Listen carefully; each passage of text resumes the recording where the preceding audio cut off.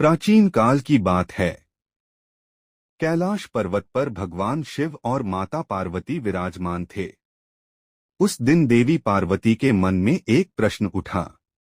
उन्होंने देखा कि पृथ्वी पर भक्त लक्ष्मी नारायण, सीताराम और राधा कृष्ण कहकर पूजा करते हैं, लेकिन जब शिव और पार्वती का नाम लिया जाता है तो कभी शिव पार्वती कहा जाता है तो कभी पार्वती शिव। देवी पार्वती ने प्रेमपूर्वक भगवान शिव से पूछा, स्वामी, अन्य देवताओं के साथ उनकी शक्तियों का नाम पहले लिया जाता है, लेकिन आपके साथ मेरा नाम हमेशा पहले क्यों नहीं लिया जाता? भगवान शिव मुस्कुराए और बोले, देवी, इस रहस्य को समझने के लिए तुम्हें एक घटना बताता हूँ जो बहुत कम लोग जानते हैं। एक बार देवताओं के बीच यह चर्चा हुई कि सृष्टि में शक्ति और चेतना में कौन अधिक महत्वपूर्ण है।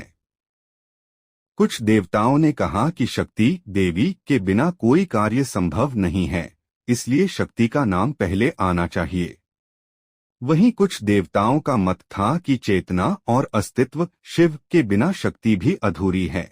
इस विवाद को समाप्त करने के लिए ब्रह्मा और विष्णु ने एक लीला रची। एक दिन देवी पार्वती ने अपनी सारी शक्ति को शिव में समाहित कर लिया और स्वयं शांत हो गईं।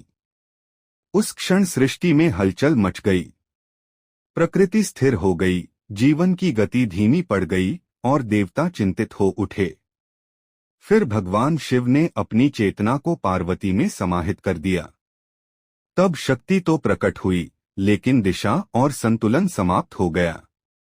संसार में ऊर्जा तो थी, पर व्यवस्था नहीं रही। तब ब्रह्मा और विष्णु ने दोनों को समझाया, हे महादेव और हे जगदम्बा, आप दोनों अलग नहीं हैं।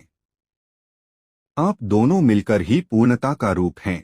तब भगवान शिव और माता पार्वती ने अर्धनारीश्वर का रूप धारण किया, आधा शरीर शिव का और आधा पार्वती का। यह रूप संसार को यह संदेश देने के लिए था कि शिव और शक्ति एक दूसरे के पूरक हैं। भगवान शिव बोले, देवी, अन्य देवताओं में शक्ति और पुरुष तत्व का अलग अलग रूप स्पष्ट होता है, इसलिए वहां शक्ति का नाम पहले लिया जाता है। लेकिन हम दोनों एक ही अस्तित्व के दो रूप हैं, इसलिए कभी मेरा नाम पहले लिया जाता है तो कभी तुम्हारा।